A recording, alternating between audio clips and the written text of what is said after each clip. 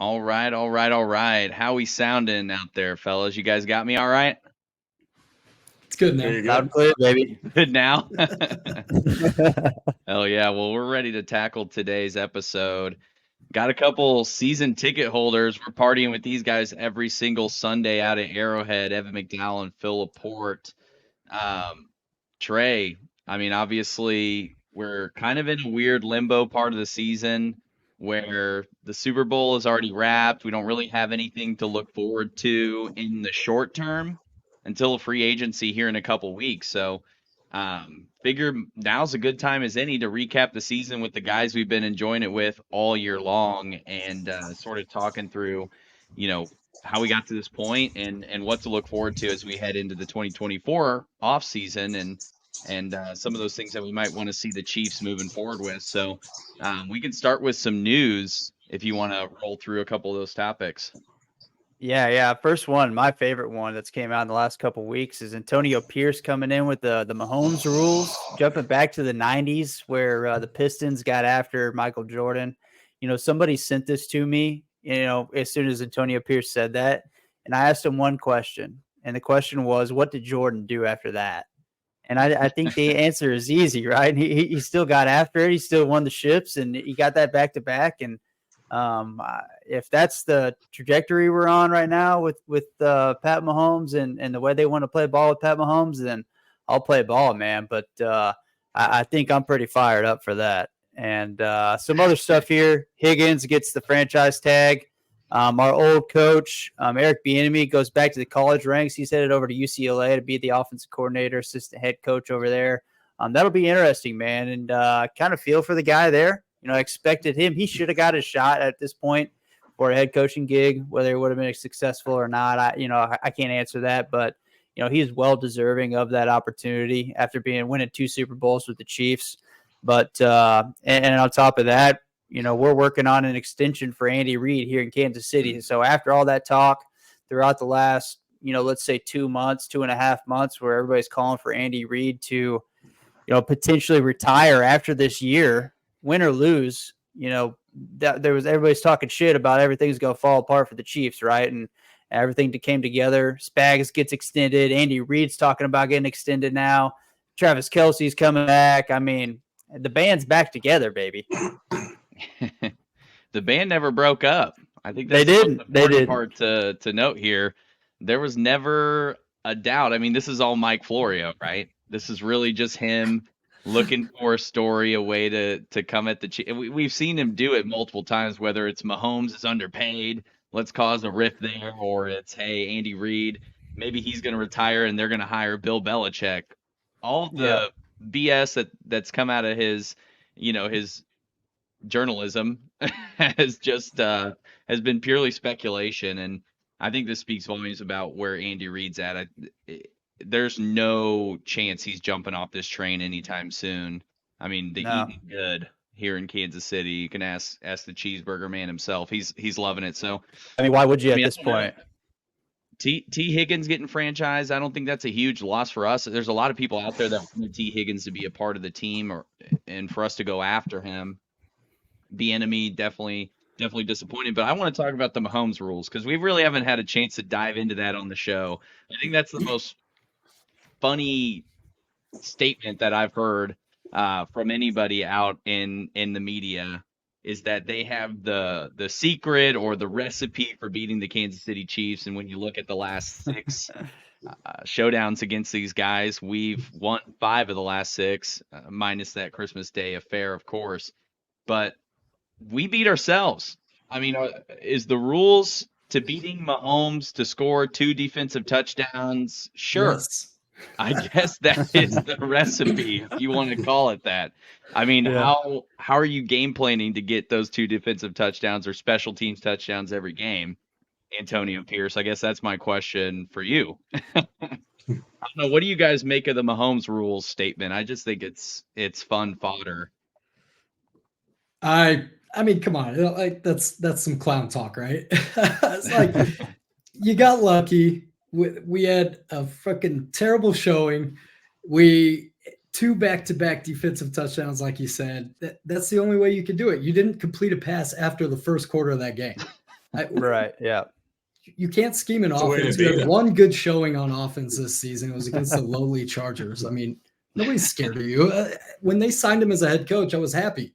But what are we doing here? The dude has.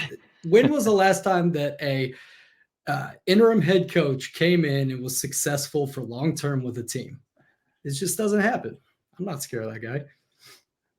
I think my biggest takeaway is the rivalry's back.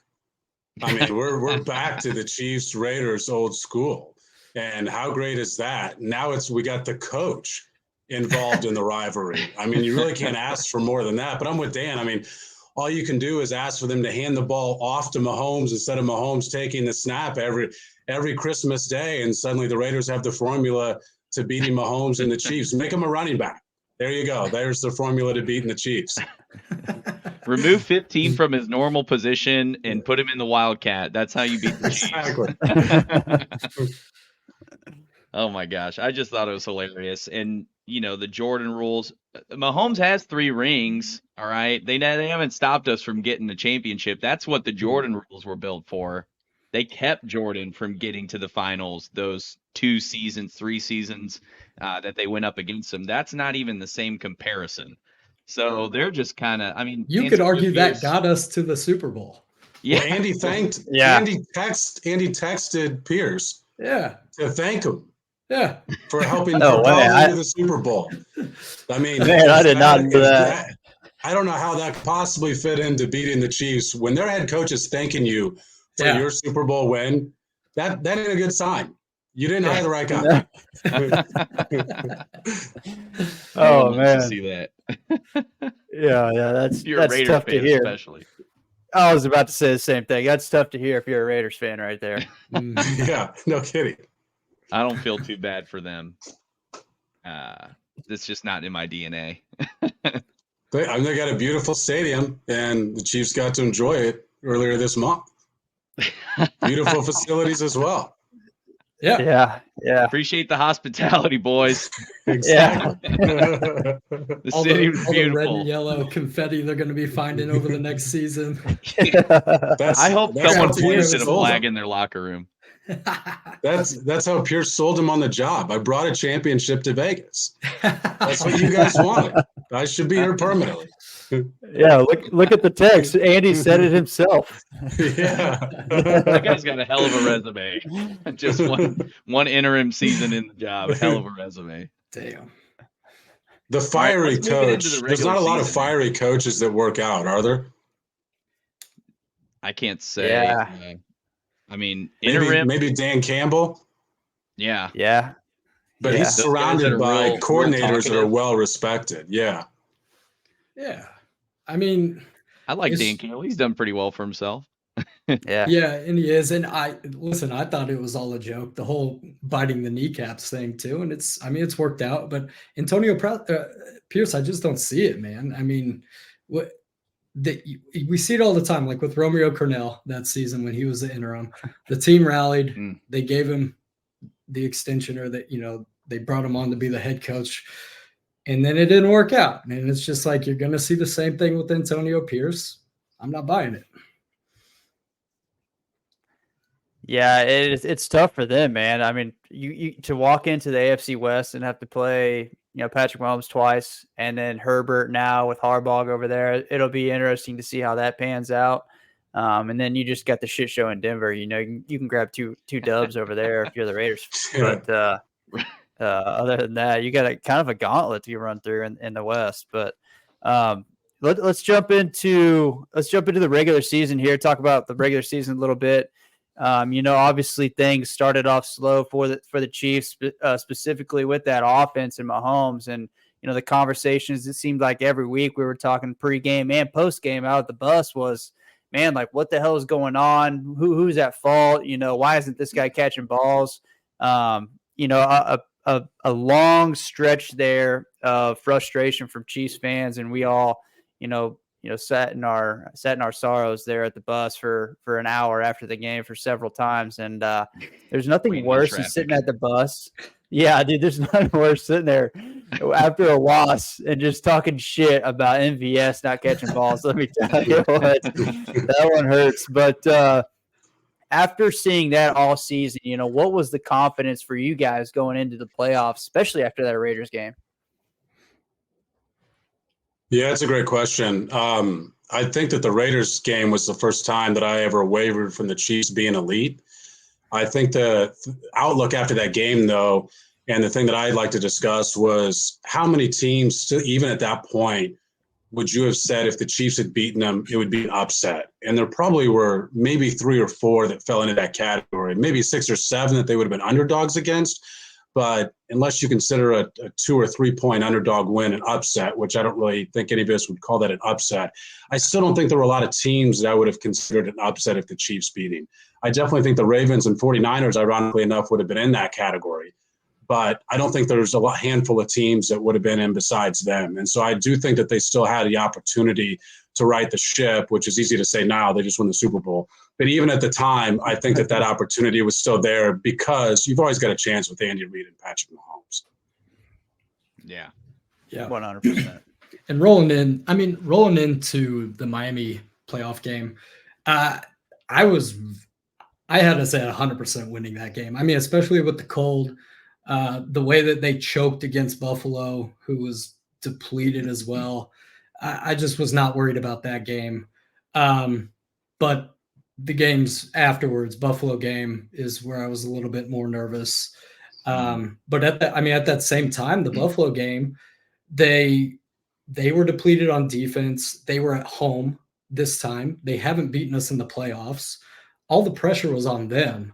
So for us to go in there, we were kind of, there was no pressure on us. So, I mean, sure. Yep. It was kind of like we could go in worry-free, kind of just do our thing, play loose, and go get a W. And then you see on social media leading up to that game, all the fans, all the talking heads saying, we've never seen Mahomes at a road game in the playoffs. And it was just kind of, you could feel it leading up to this whole letdown for Buffalo. So I was pretty confident in both those games, honestly, until the Ravens game. And that's where I was like, okay, I think this is probably the end of the road for us. See, I was a little bit different in that regard.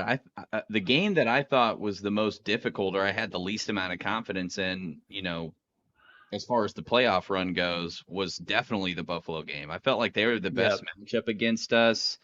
I feel like, with everything that they did in that last game in the regular season against us, it would have been an easy formula for them to replicate at their own house, right? Feed James Cook the ball, break open plays with Josh Allen, and kill us on the ground, which was the Achilles heel of our defense the entire year, which otherwise stellar campaign for them. But that was my biggest concern, was going in and seeing, we know Josh Allen is going to make a mistake or two. Are we going to be able to capitalize on those, because we weren't able to do that in the last game? And are we going to be able to slow them down on the ground? So that for me personally, the Buffalo game was the most nervous, I guess you could say, throughout the whole run, including the Super Bowl for that matter. That, and now's a good time as any to maybe talk about the playoffs. What can you guys think of a more difficult road to a Super Bowl in recent memory? I mean, we went through both 1 seeds. We went through the 2 seed on the AFC side, and then probably one of the best wild card teams of the last 5 years came to Kansas City as well. Has there been a tougher challenge going into a postseason than what the Chiefs kind of had stacked against them? Yeah, I mean, I think you still got to look at beating an 18-0 team. It has to be said something for the Giants. And I mean, they were a wild card team as well, if I recall correctly. I'm not sure if that's the same year they went into Green Bay, but I remember they had a very tough path that year. So I definitely think there's a 1A, 1B there. I mean, I think we're talking about at least one of the top 2 of the toughest routes in the past 20 years. I mean, the Ravens were not just a 1 seed. They were a historically good 1 seed. And anybody who watched that game, rather than just seeing the final score, realized the game was not close for most of the game. I mean, the game was so far in doubt that Andy Reid decided when Harrison Butker kicked a field goal going into halftime that the game was over. And he turned out to be right. The game was over. He had just kicked the field goal that he needed to win the game. And that was a historically good team. So I don't only think that it's the fact that the Chiefs went through that route, but that they really didn't struggle severely until the Super Bowl. Obviously, the Bills game was close by final score as well, but they finished the game at midfield, close to midfield, with the ball up by 3. So who knows what would have happened there if they had needed to score. I really felt like the Super Bowl was the only game that was really in doubt at the past 5 minutes of the game. Yeah, I've got to agree there. By DVOA, it was the toughest of all time. So if you want to look at it that way, but I do think I agree with Evan there. The 07 Giants. That's a tough road. Yeah, I think that's one of the most impressive. If not the toughest, I think most impressive. Yeah, I mean, just like Evan said, going into the Super Bowl, that was the only game that was actually in doubt for us. I mean, we should have probably stomped the Bills a little more than the final score showed. And yeah, at halftime in the Ravens game, we didn't have to do anything else. And then a lot of people will take that to say that the Ravens were the better team there, or the better team that blew the game. But I don't think they blew the game. I think we just kind of let off and coasted, and we knew that we didn't have to do anything else because our defense was shutting that team down. Mm-hmm. So, yeah. And I think the surprising part of that to me, I'd be interested if you guys were surprised by that, but going into the Ravens game, I think as a Chiefs fan, I talked about upsets earlier, you're kind of thinking you can hope the Chiefs can pull off the upset and beat the Ravens. The surprising part in watching that game is it played out like a game that the Chiefs win 7, 8 out of 10 times. And that's the part that surprised me. Not that they won, but they looked like a team that would win that game consistently. Were you guys surprised by that aspect of the outcome? I think looking at it and just to think about, I guess let me answer the question first. Yeah, I think I was, and I think after the Buffalo game, the confidence was so big, in that locker room that there was something felt in the locker room that not necessarily we were feeling out here as fans, right? So I think there was something building there to where it was just an unstoppable force, and I think going into that game, Baltimore felt that, and that Kansas City was going to be the team to beat, and Baltimore was going to have to do everything they could to beat the Chiefs. And I think they're, at the end of the day, I think they got out coached, like you guys have said multiple times about Andy Reid kicking that field goal and really hammering the game down at halftime.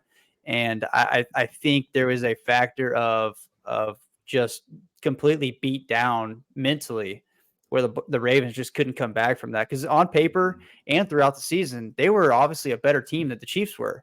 And yeah, there's a factor of Lamar's hasn't been successful in the playoffs, and Patrick's been unbelievable for the last 6 years. And there's a lot of experience on the Chiefs in the postseason. And, there's factors that go into that. But I think the Ravens were scared to play the Chiefs, and rightfully so, man. I mean, nobody wanted to see the Chiefs in the playoffs. And kind of brings me to another question here. There's a lot of conversations going into the AFC Championship about, whoever wins this game is going to win the Super Bowl. And if the Ravens do it, they've earned it because they're the best team in the league this year. And if the Chiefs do it, it's just the same old Chiefs again, and they just figure out how to win games. Did you guys have that feeling going to the AFC Championship? Yeah, I did. I definitely did. And after the game too, I was like, okay, we're gonna go stomp the Niners. But I don't know. So kind of question right back at you guys there on that one. Was that because of what the Ravens did to the 49ers at the end of the regular season? Is that why we were kind of thinking that?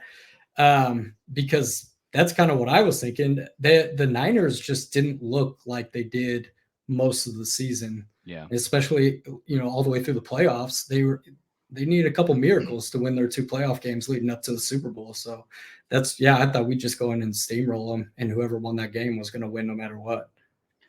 I mean, I was saying the same thing when we had our guests on from Baltimore, as whoever wins this game, I wholeheartedly believe is going to win the Super Bowl. Maybe you can take the Super Bowl logo color theory and add Baltimore and Kansas City to it and say, hey, this is why it was colored that way, because the winner of this was going to win the Super Bowl.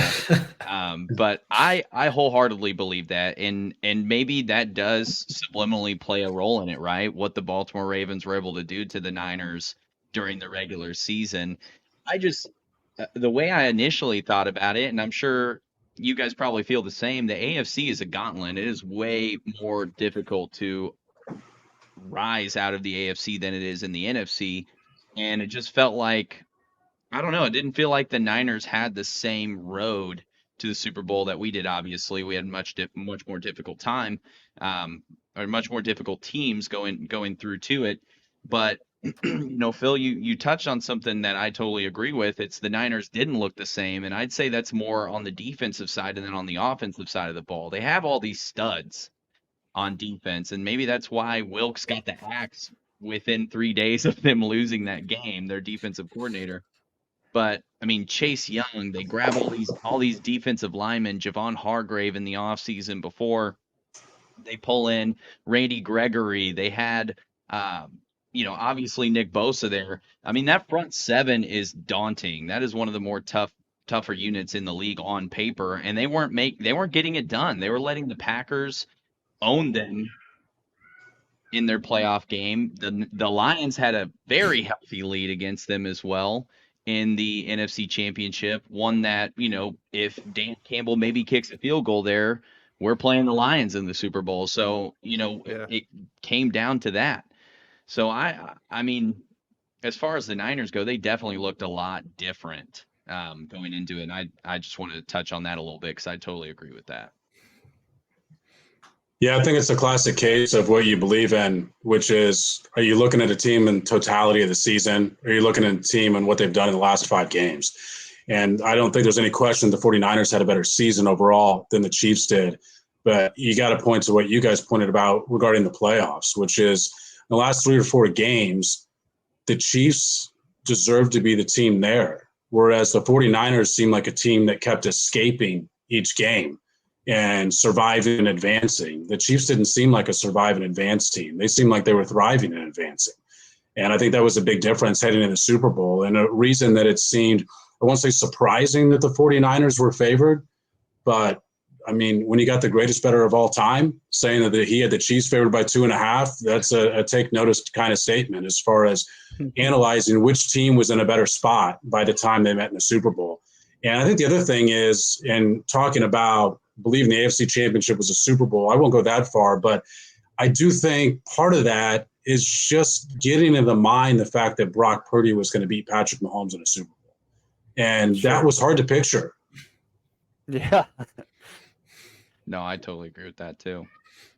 Yeah, I saw a picture on Twitter, I think 4 or 5 days beforehand, and it was like it was Brock Purdy, no pads on, but he's got the jersey and the pants on. He's like holding a football, and it's like, this is the guy that's gonna beat Pat Mahomes. And I was like, man, this is good. This is gonna be in my head forever. Yeah. You could have shown the same picture of Mahomes with his dad bod, though. Yeah, with reverse. The gut. Yeah. This is the guy that's going to run around Joey Bosa or Nick Bosa. Yeah. But he had the goggles on and the cigar hanging out. Like he looked like he was supposed to be there. He was supposed to be there. Yeah. Hey, we saw Mac Jones had a dad bod in that Alabama title game. Okay, it's. I think at least the success. If Mac Jones's bod should never give you confidence in the Chiefs performing well in any conversation. There's levels to it, of course. No, don't knock the dad bod. All right. Yeah. That's the reason we're here. Don't knock the dad bod. Damn right. That's the if you guys take away anything, that's the lesson right there. I mean, as far as, we get through the Ravens, we get to the Super Bowl, we're facing up the Niners in Vegas. Thanks again, Antonio Pierce. At one point in that game, obviously we're down at halftime. It's what, 13-3, 10-3, something along those lines. What do you think was the turning point? Which moment was the turning point for us in that game?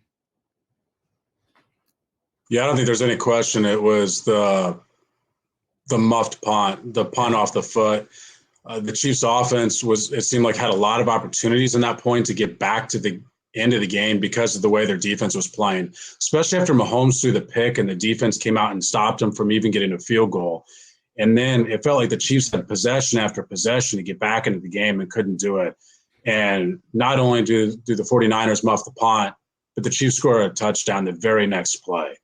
And that was the first time that felt like this is a game. And oh, by the way, the Chiefs are winning the game that it felt like they hadn't even been in for an entire half. So that had to be really hard as a 49er fan or team member, that you feel like you're controlling the game. 2 plays happen and not only the Chiefs back in it, but you're losing. Yep. And I got to completely agree. Muff punt. But something I want to bring up too is, did you guys ever feel like before the muff punt happened, that we didn't have a chance? Were you worried at all? Because every Super Bowl that we've won with Patrick Mahomes, we've been down 2 scores. At least 10. Yeah. So, I mean, I'm kind of sitting there. I'm like, all right, it's not looking good for us, but I'm also not super worried at the same time. And then right on cue, muff punt happens, go score. We're right back in it. We're winning. And then you kind of look back from there and you're like, okay, that's what we needed. And we kind of have something like that almost in every Super Bowl that leads to that kind of huge momentum shift that just kind of wakes the team back up again. But you kind of expect it, right? Because I was kind of expecting something like that to happen. Yeah, I'll say that interception that Pat threw was like one of those like lob balls. Nobody was around, straight to the defense, and I was like, this is the same exact pass we've seen 6 or 7 times in the regular season. What the hell is Patrick doing? At that point, I was like, I got to just, where I'm going to stack a 6-pack of beer right here next to me. I'm going to sit down because I've been standing for one half of football, and whatever happens, man. I was stressed out. And so that was like the moment for me where I was like, holy shit, like, we could lose this Super Bowl. Like, this is not looking good. We couldn't figure anything out to that point. And I mean, within a 5-minute period there of football, things rapidly shift. So yeah, it's just how the Chiefs play ball, man. It's just how resilient football, and a hell of a sideline, man. Hell of a sideline. For sure. Yeah. I gotta say, I was definitely stressed. I mean, it's hard not to. You're in the Super Bowl. I mean, I was definitely concerned the Chiefs were losing, especially like Trey said after that Mahomes pick. Yeah, I don't ever think that the Chiefs were out of the game at any point because of the past, but just one of those things where it's like, okay, they're gonna have to come back from 10 again. Okay, they're relying on their defense another game this year. So you're asking for the thing that's held them up this year to hold them up again, their defense. You're asking for the thing that's held them up historically, coming back from double digits to hold them up again. And of course it happens again, but at the same time, the other side, you're thinking at some point, surely this is not going to work out. And now you know how the entire rest of the league is feeling, especially playing the Chiefs in the playoffs. Like at some point, this formula cannot work. Yeah. But it does. Yeah. It does. I think that's part of being a Chiefs fan, though, isn't it? Like if you've been a Chiefs fan for long enough, you're like, how many Super Bowl wins does it take to get you out of the past? What can go wrong is going to go wrong. So what can go right is going to go right. If somebody finds the answer to that, let me know because I'd like to know it. Yeah. Dude, I think see shades of the Tampa Super Bowl. I see the Mariota pass to himself. I mean, those things. I see this losing to the Steelers without letting up a touchdown. Those are the things that run through my head in those moments. The no punt game. Sure. Yeah. The no punt game. Yep. Man, we should have won that one too. All those things. The luck comeback. Yeah. Pop in your head. Yeah. Another touchdown to himself. I mean, golly. I just don't know if you have a team out there that has more moments like what we've gone through as fans. But it's hard not to point back at those moments. And I think what I was trying to do, and Phil was sitting right next to me on the couch, so I know he heard me. I was trying to manifest a dynasty. Manifest a dynasty in that moment. And I just kept thinking about, okay, who are we playing? We're playing the Niners. Kyle Shanahan has blown a 10-point lead to us before. And the core nucleus of that team is pretty much the exact same as the team we played in Super Bowl 54. And you could see it even at that turning point with the muff punt, the body language, just watching the mic'd up of those 49ers players, completely different than what it was in the first half. Devo. You could almost argue that their body language was way down after Dre Greenlaw's injury as well. Yeah. It seemed like the defense really took that personal, as they should. That guy's a key playmaker. Obviously, they care a lot about him. But the body language of those players, you could tell they were so defeated, and they were manifesting their own demise. They thought it was over right then and there. Yeah. Yeah. The game wasn't over, and they felt like they had already lost. And so just watching that in the mic'd up was my favorite part. Was just like, okay, this makes so much sense. How we just have a mental edge over just about any team we play. And you can see in their decision making in overtime, even that panic set in where they're like, give us the ball. They didn't even remember the rules of the game. They were so flustered about it. And so all of those pieces kind of come into play for me where I'm just like, our mental edge was just so much different than this team. They were hungry and panicked, and we were focused and calm. And those are the big differences from a mindset perspective that got us to where we are now. One of my favorite parts, just to talk about mic'd up for a little bit, one of my favorite parts was the fumble at the very beginning. George Kittle saying something cheeky to George Karlaftis. And playing games, he's jumping on the football. And it's just like, how big of a jackass do you have to feel like having that just on the internet forever? Yeah. And only having 4 receiving yards. Can we stop talking about him being on Travis Kelce's level? I mean, good God, people. He's a joke. He has done nothing in the Super Bowl. I'm tired of hearing it. I will not even listen to anybody talking about George Kittle on Travis Kelce's level, man. Yeah. To echo what you said, Dan, I mean, Nick Bosa was sitting on the sideline saying, I hate this. Yeah. Said, I hate this. You think Travis Kelce and Patrick Mahomes were saying, I hate this? No. I mean, you could tell Patrick Mahomes was like, how do we play 3 more quarters? Yeah. And Nick Bosa is like, get me out of here. Get me out of here. I don't want it. Well, and uncomfortable. Fred Warner's basically crying after the he was crying, injury. Yeah. And it's like, man, don't you want your leader to be up there rallying your troops and not sitting on the bench crying over an injury? Nick Bosa had to go console him, and yeah. Like, I get it. That's a tough injury to watch. That's you don't want to see that happen to anybody, but have some freaking composure in those moments to say, hey, we're going to get through this because everyone else is following his lead in that moment. Yeah. Yep. Absolutely. I hadn't thought about the connection to the injury being that big in terms of demoralizing the sidelines attitude. Obviously, you think about the impact on the field, but that's a good point as far as the effect it had on the sidelines as well. Mm-hmm. Yeah. Yep. It's one of those things where Shanahan choked it out again, man. Yeah. Preparation, dude. Preparation. They talked about it. I think it was Travis that talked about how I don't remember the dude's name, but for the 2 weeks in between the AFC Championship and the Super Bowl, this guy spoke in front of the team 3 or 4 times and addressed the overtime rules with the team. And if this situation happens, this is how we're going to react. And if this situation happens, this is how we're going to react. But those small details, that's the difference. And that's why I made the comment about the sideline is the game changer for the Chiefs in this postseason, I think, for me. Whereas this team was so prepared physically and mentally, where we had that edge at halftime in the AFC Championship, in overtime in the Super Bowl, where, and just to your point, Dan, where we were calm, focused, we knew exactly what the task was, everybody knew their role, and that's how you get dubs. Whereas the Niners are like fumbling around trying to figure out what's going on. The Baltimore completely ditched their game plan. Went away from how they were successful the whole year, trying to beat the Chiefs in a different way, and preparation for sure set us on a path forward. But as we get the back-to-back championships, also that's pretty sweet to say. If you don't say that every morning when you wake up, I highly recommend it. What are your guys' thoughts on three-peat right now? Like, after watching this team this year, yeah, I feel like we could win 10 in a row, but let's be realistic and look at three-peat. So how do you guys feel about that? It's a funny comment because you think about back to what we talked about earlier of how difficult the Chiefs' road was.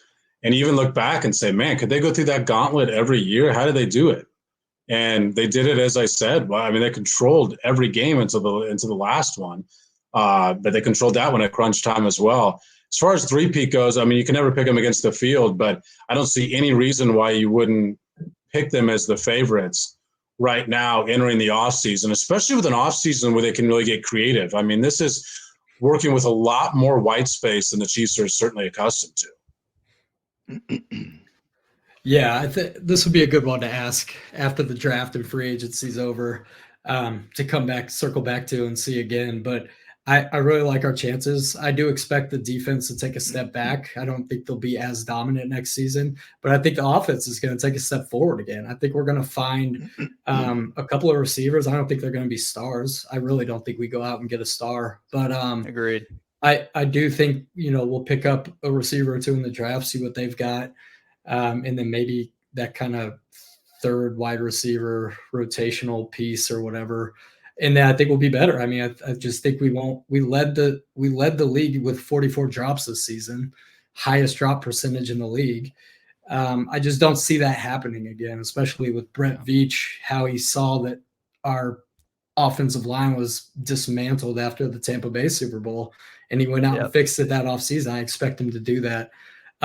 So I do. I don't, like Evan said, I don't think you pick him in front of the field or over the field, but I think they've got a really good chance of three-peat. And I do think they should be favored as well. Yeah. There's always going to be movement back towards the mean, right? Our defense was historic in a lot of different ways, and we're not going to have that same core of players going into next year. I mean, even if we're able to keep Chris Jones and Snead, let's just say, there's going to be pieces of that defense that are gone, right? Yep. Who knows when he's going to come back? That was a huge piece for our success going down the stretch of the regular season. And then on the offensive side, we've played way below what the average output is. So I'm really excited to see how our moves can get us back into that point while also just like maintaining as much of that defense as possible. And Evan, just to kind of use your comment as a segue, we do have a ton of white space, right? We have way more cap space than what we usually have coming into this point in the season. A lot of flexibility amongst probably 4 or 5 different players for restructures and ways that we can pull more cap out of those situations. Not to mention a couple of big time cut candidates who, I think we can all 4 of us expect to see Tony and MVS as free agents eventually, if there's not some sort of massive restructure on MVS's part. But my question to you guys is this: how big of a loss is Brant Tillis in all this? He's been kind of our cap mastermind the last few off seasons, making sure that we have the right flexibility in those contracts that we're putting together. I'm just curious how much of his loss is going to impact us in that specific realm for the offseason. Yeah, I mean, I think anytime you lose somebody out of a front office that has been part of 3 championships, it's a loss. And I think there's reasons that other teams are going to want to pull from that. So, I think in previous seasons, it was probably would have been a bigger loss than it is this season, especially if you're talking about before Mahomes' contract and, restructuring of his contract. I think it's bigger in those off seasons than it would be in this one. I think the moves this season, as far as like cutting down the roster, are a little bit more straightforward than they had been in years past. I mean, I think we'd all be shocked if MVS was back on the team next year. I think it's 100%. There's absolutely 0% chance that he's back in the structure he's in today. So either way, I think the decisions are a little bit more straightforward this year. I mean, you mentioned Kadarius Toney. To be honest, if I had to put money on it, I think he's back in the team next year.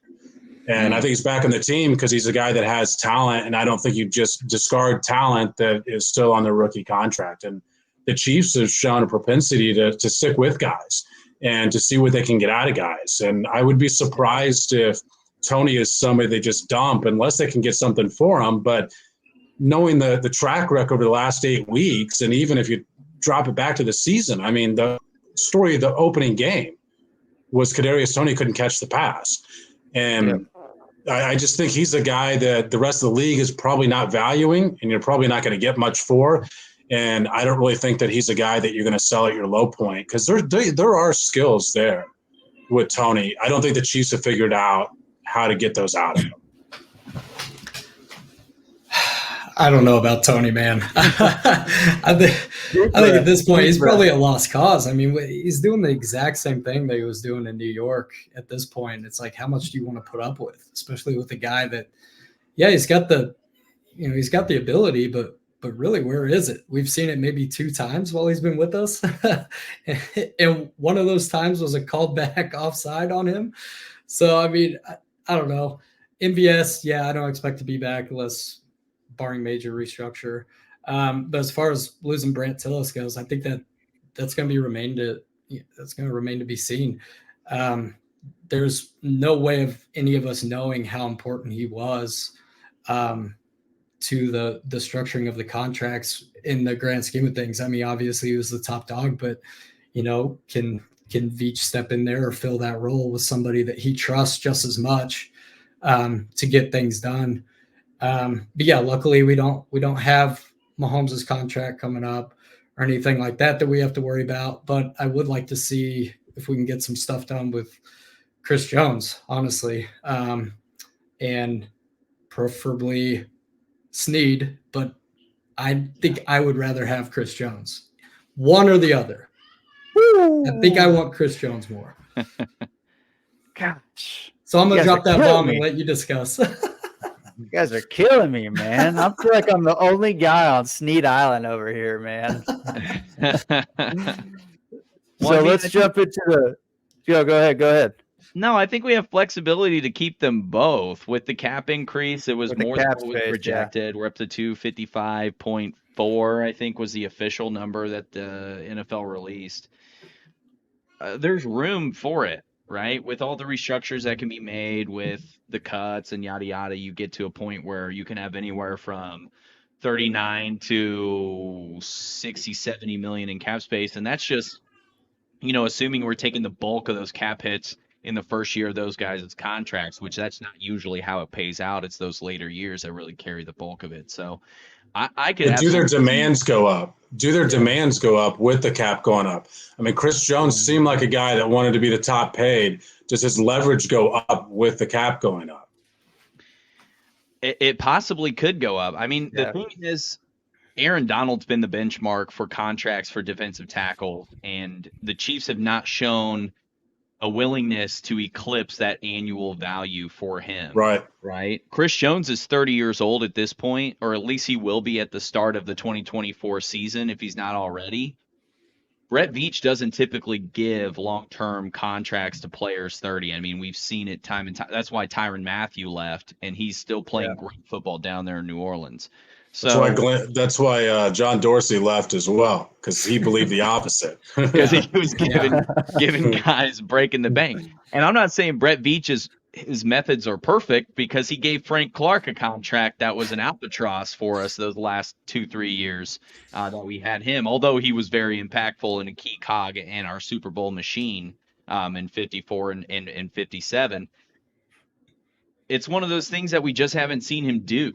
And so this would be kind of breaking the mold a little bit. While I think there is flexibility to do it, that is a good perspective to have, right? The cap is going up. Are the demands going to go up as well?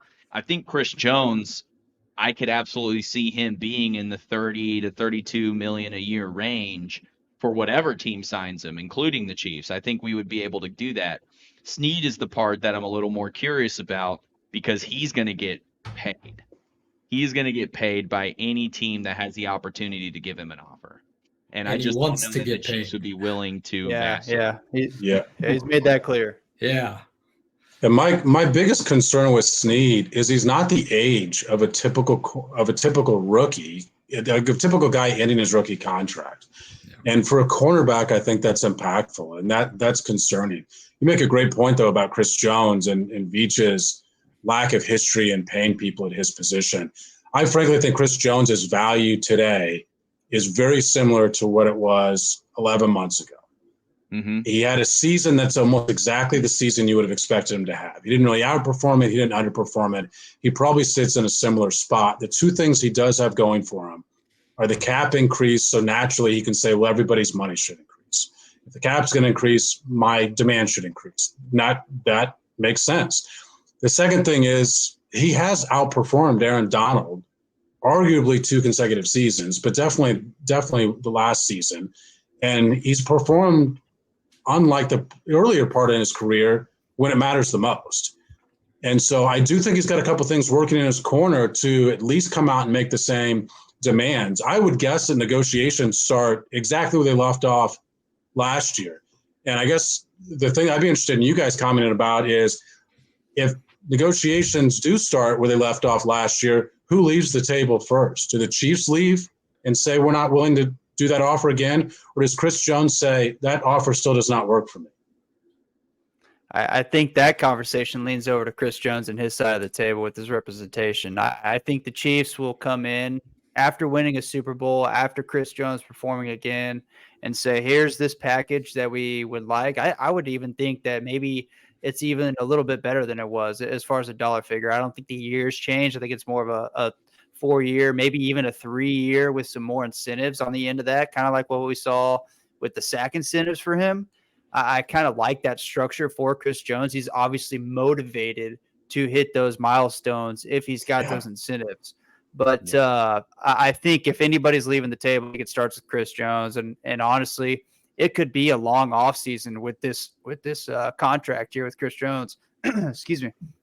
Whereas we're going to drag this out until August or September again, trying to figure out what the hell we're going to do with Chris Jones. And then, if things don't pan out the right way this year, we could be sitting in a hole there in the middle of our defense where we don't have a 320-pound guy plugging holes.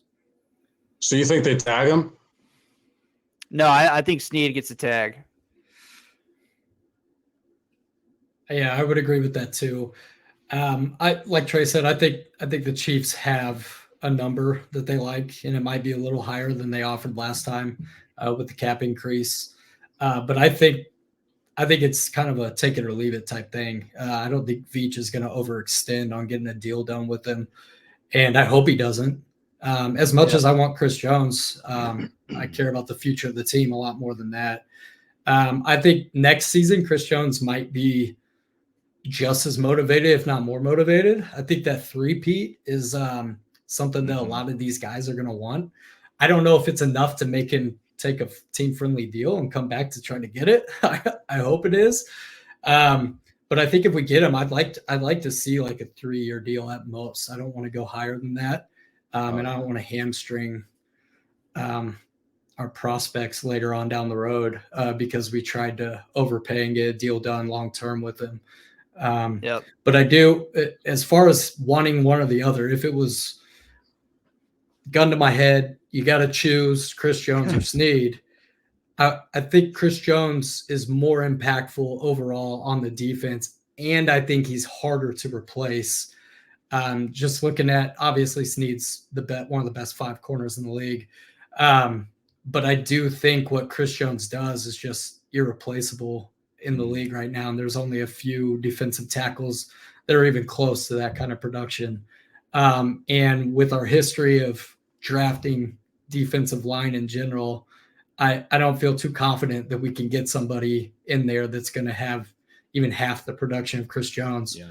And I think generating pressures, even if it's not sacks, taking up double teams, I think that's as important to our defense as a lockdown corner is. So hopefully we can get something done with both of them, cap going up and stuff like that. But yeah, I'd prefer Chris Jones on like a 3-year. I would just hate for us to go into the offseason adding another marquee position as a key need. So Chris Jones, I feel like if we're able to square that away, we don't have to go after any kind of edge rusher or make that kind of an investment. We already have wide receiver, which is a marquee position, one of the higher paid ones that is a need. Offensive tackle is a big need for us as well. which I think we could potentially see us putting out another healthy deal to somebody out there. I would just hate to see that domino fall for us as well, where it's just this other big money position that we have to source the field for to bring in some help or potentially spend some draft capital on to get the right person in the right position. Which really, I guess this will be the final thing we can talk about here before we wrap it up because we're coming up on time. The NFL draft, obviously, we're picking 32 in the first round. There's a lot of receivers that are coming out of this draft. There's a lot of quarterbacks as well, so I think that bodes well for us in terms of the talent that's going to fall further back in that first round. Moving up from 32 is going to be difficult for a two-time defending world champion team. These other teams aren't going to really want to deal with us, I think. It's going to be a little bit difficult. What would you rather us do if you guys were in Brett Veach's position, right? Now, and it all depends on who slides back. Are we moving forward? Are we moving back? Stay there, take the best running back available. Love that strategy. LSU running back, whoever it is.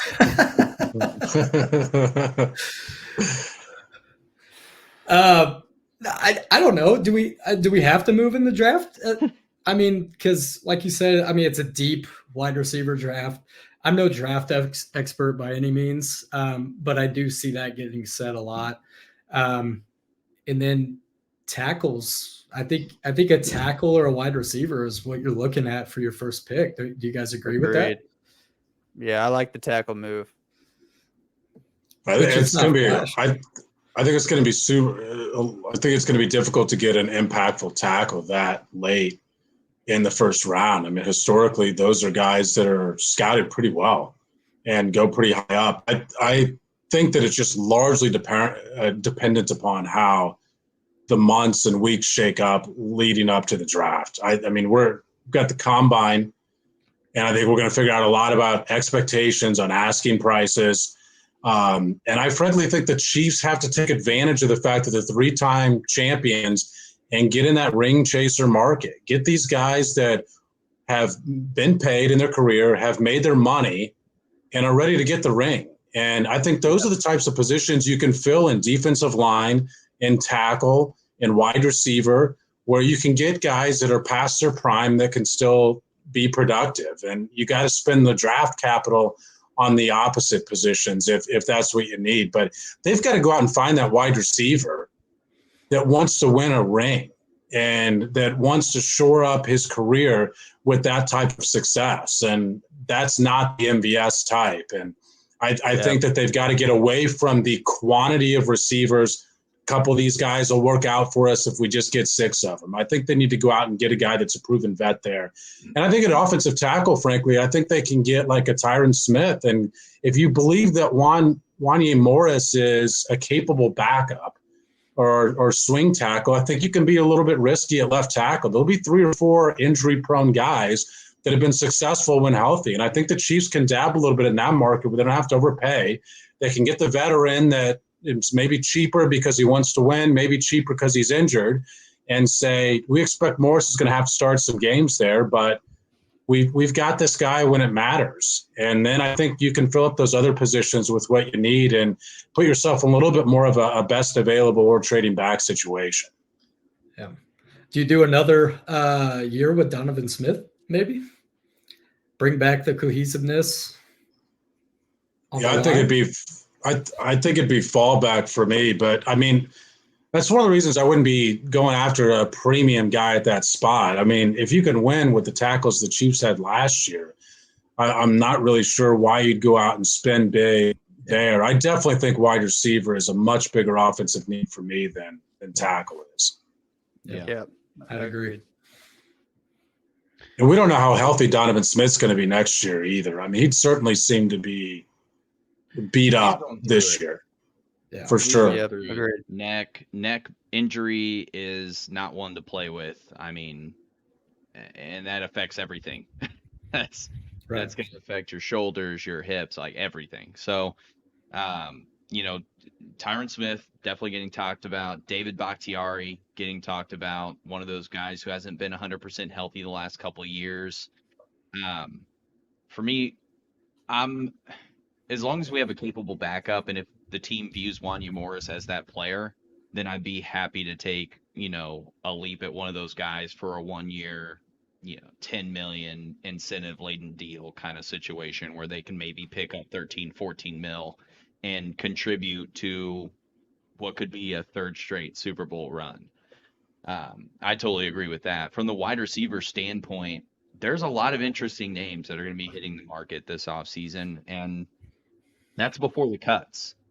Right? Yeah, exactly. I got my eye on is Tyler Lockett in Seattle. All right, they're going to try and develop what's his name over there, Smith and Jigba, with DK Metcalf. I could absolutely see Lockett coming available, and if that's the case, we should 100% go after him. So I'm, pounding the table for that guy as soon as that becomes an official thing. But how about Keenan Allen?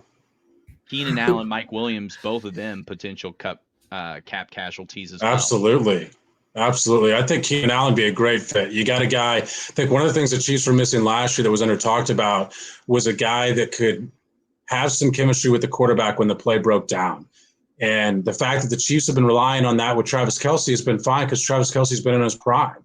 He clearly was not in his prime, although the playoffs would argue with that. Yeah. But in the regular season, he did not seem to be in his prime. And Keenan Allen is a guy that seems to always be on the page of his quarterback and that can create something in space when the play breaks down. I'm not sure the Chargers will move on from that. To me, it would make more sense to move on from him than it would for Mike Williams. But Mike Williams is coming off an injury, so perhaps they will move on from Mike Williams instead. I'd be surprised if both of those guys are back in LA next year. And both of those, shocked. Especially Keenan, I think would be a great fit in Kansas City if he's willing to do it. But I think the Chiefs need to put on some selling shoes this year, and those are the guys they should be attracting to their team for less money. Mahomes has got to host all the Texas workouts. Yeah, let's do it. As many of those guys as possible. Hey, he wanted Zay Flowers and he wanted Rashee Rice. So he actually scouted those. Don't let him scout running backs anymore. But we can give him input on the receivers. Yeah, or Phil. Don't let Phil scout those running backs either. It's going to work this time. It's a new year. Oh, yeah. Well, guys, we appreciate you coming on the show. A lot of fun, obviously. We have these conversations all the time off the podcast, so it's a lot more fun to actually put it out there and get these takes in the airwaves, so to speak. So thank you guys both so much for clearing the schedule. We try to do this so many times. There's always something like a kid being born that's throwing a wrench in the flames. But, I'm thankful for it. So I appreciate you guys coming on. Thanks for having us. Yeah, absolutely. Yeah. Thank you, man. Yeah, thanks, guys. Good to see you. You too.